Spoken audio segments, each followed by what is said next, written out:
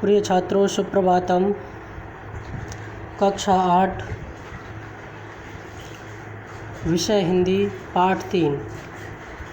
आप सुन पा रहे थे हरिशंकर परसाई के द्वारा लिखी बस की यात्रा। तो आज मैं इस पाठ का सार बताऊंगा।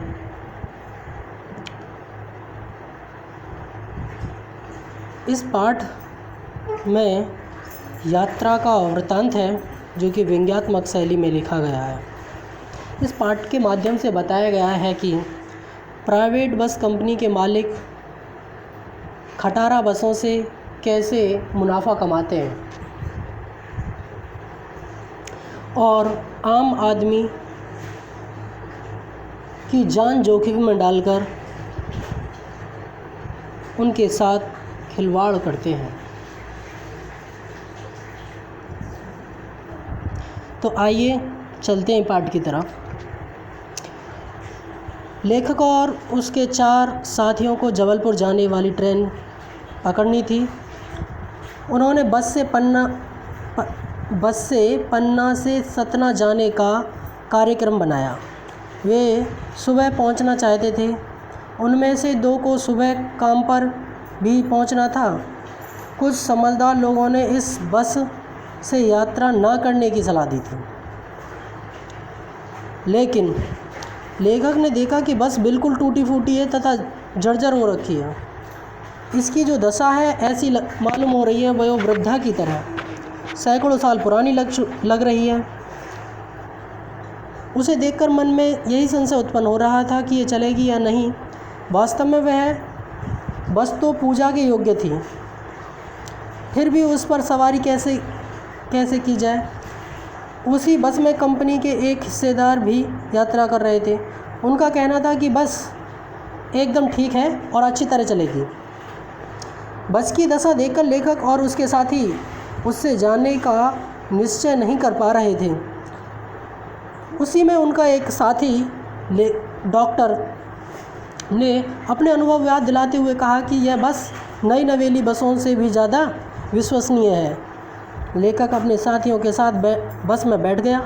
जो छोड़ने आए थे वे लेखक को इस तरह से देख रहे थे मानो लेखक इस दुनिया से जा रहे हों।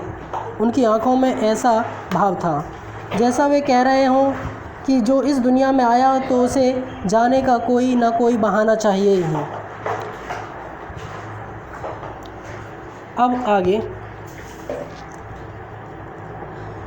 बस के चालू होते ही सारी बस हिलने लगी। खिड़कियों के बचे हुए कांच गिरने की स्थिति में आ गए। लेखक ने डर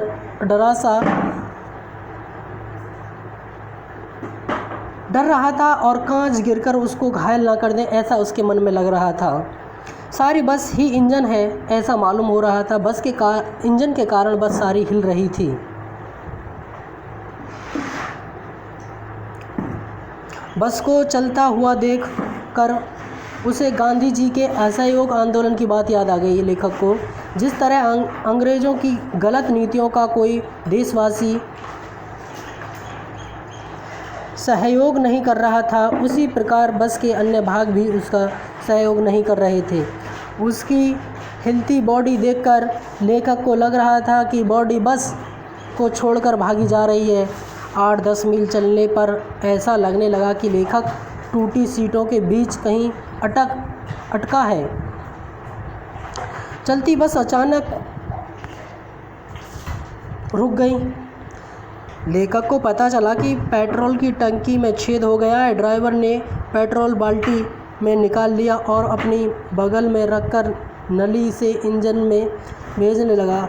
लेखक सोच रहा था कि अब बस कंपनी के मालिक बस इंजन अपनी गोद में रख लेंगे और नली से पेट्रोल उसी तरह पिलाएंगे जैसे बच्चे को दूध पिलाते हैं।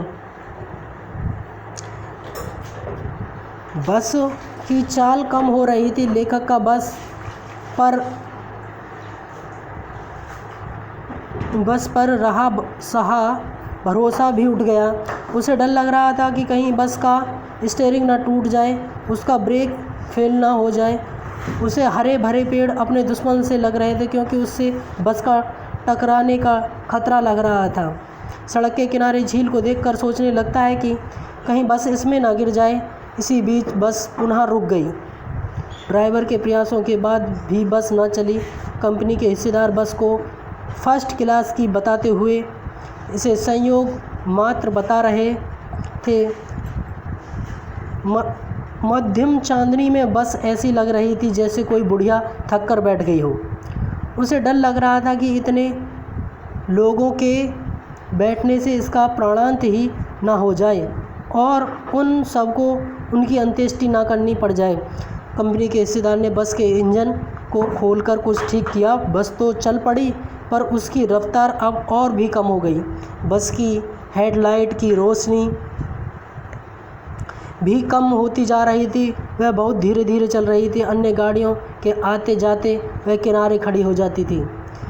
बस कुछ दूर चलकर पुलिया पर पहुंची थी कि उसका एक टायर फट गया और बस झटके से रुक गई। यदि बस स्पीड में होती तो उछलकर नाले में गिर जाती। लेखक बस कंपनी के हिस्सेदार को श्रद्धा भाव से देख रहा था। उसके जैसे उत्सर्ग की भावना अन्यत्र मुश्किल थी। अपनी जान की परवाह किए बिना वह बस में सफ़र किए जा रहा था। उसके साहस और बलिदान की भावना का सही उपयोग नहीं हो रहा था। उसे तो कोई क्रांतिकारी आंदोलन का नेता होना चाहिए था। बस के नाले में गिरने से यदि यात्री की मृत्यु हो जाती तो देवता बाहां पसारे उसका इंतज़ार करते और कहते कि वह महान आदमी आ रहा है जिसने अपनी जान दे दी पर टायर नहीं बदलवाया। दूसरा टायर लगाने पर बस पुनः चल पड़ी। लेखक एवं उसके मित्र पन्ना या कहीं भी जाने की उम्मीद छोड़ चुके थे। उन्हें लग रहा था कि पूरी जिंदगी इसी बस में बिताकर उस लोक को चले जाना है। इस पृथ्वी पर उसकी कोई मंजिल नहीं है। अब वे घर की तरह आराम से बैठ गए और चिंता छोड़कर हंसी मजाक में शामिल हो गए। तो ये बस की यात्रा का पाठ का सार था। तो आज के लिए इतना ही। कल से आपके प्रश्न उत्तर कराए जाएंगे।